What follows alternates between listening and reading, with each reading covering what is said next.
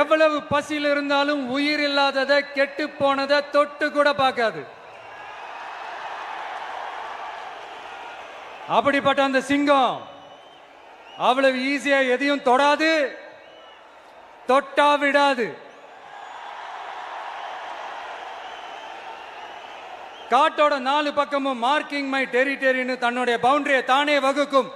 அப்படிதான் அந்த காட்டையே தன்னோட கண்ட்ரோல்ல வச்சிருக்கும். சிங்கத்துக்கு கூட்டத்தோட இருக்கிறதுக்கும் தெரியும், தனியா இருக்கிறதுக்கும் தெரியும்.